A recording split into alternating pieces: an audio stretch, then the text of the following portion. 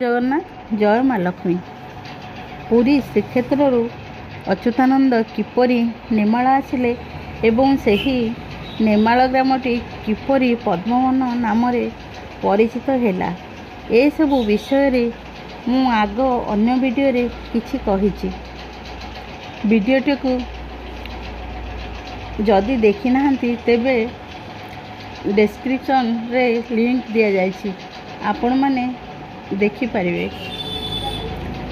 जेते कहले भी प्रभु श्री अच्युतानंद कथा केबे भी सरेनी। सबु समय रे सबु बेले ए पंचसखांग नाम ऊर्धरे थाए। श्रीक्षेत्र आसी अच्युतानंद सही नेमाल ग्राम रे आश्रम करी रहुथिले एवं सही बटवृक्ष तले पोथी लेखा आरंभ करथिले। सेठिकार लोक अच्युतानंद को नाना भर्सना एवं गाली गुलज करुथिले। से जेउ बरगछ तले पोथी लेखुथिले सेठिकार लोक माने से जगाटा को बहुत अपरिष्कार करुथिले एवं गोरु हाड़ एवं नाना अलिया आवर्जना पकाई बहुत अपरिष्कार करुथिले। ता सत्वे भी अच्युतानंद से स्थानटी को सफा करी पुनर्बार पोथी लेखा आरंभ करुथिले। रामदास से तो सबुबले प्रभु अच्युतानंद संगरे सबुबले रही थांती। एही भली सबुदिने प्रभु अच्युतानंद सेठिकार लोक मानकर असह्य गाली सह्य करने को पड़ुथिला। एही समय रे सेठिकार जने मुखिया मुसलमान अच्युतानंद सह देखा हुई तांको असुविधा दूर करथिले। सेही मुसलमान को नाँ थिला अच्युती खां। अच्युती खां को नाँ थिबारु से अच्युतानंद को सहित संगात बसिथिले। अच्युती खां एही सब कथा तांको स्त्री को आगे कहिथिले।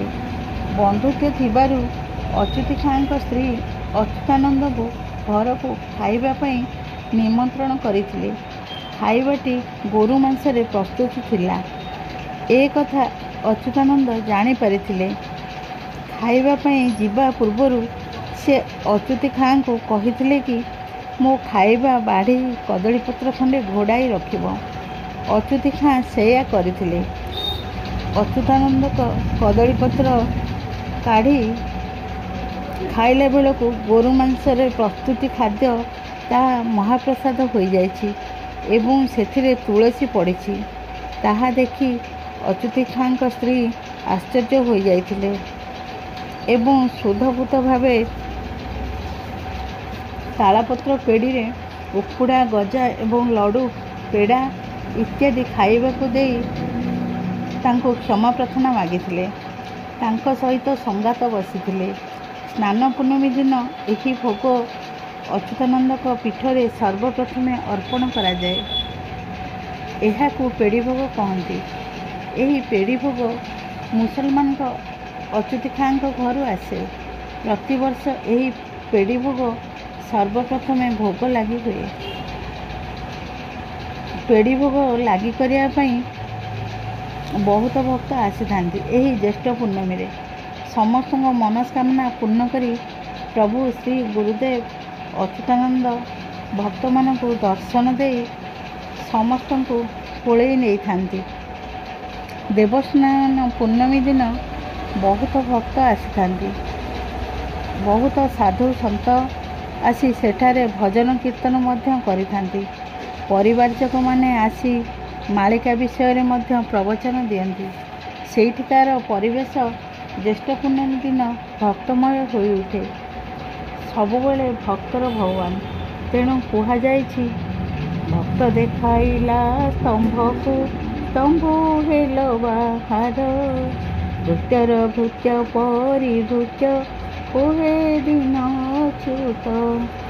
आपण माने एही बोली आध्यात्मिक वीडियो देखिबाकू हेले लाइक शेयर सब्सक्राइब करी एही चैनल सहित जोड़ी होई रुहंतु। जय श्री अच्युत।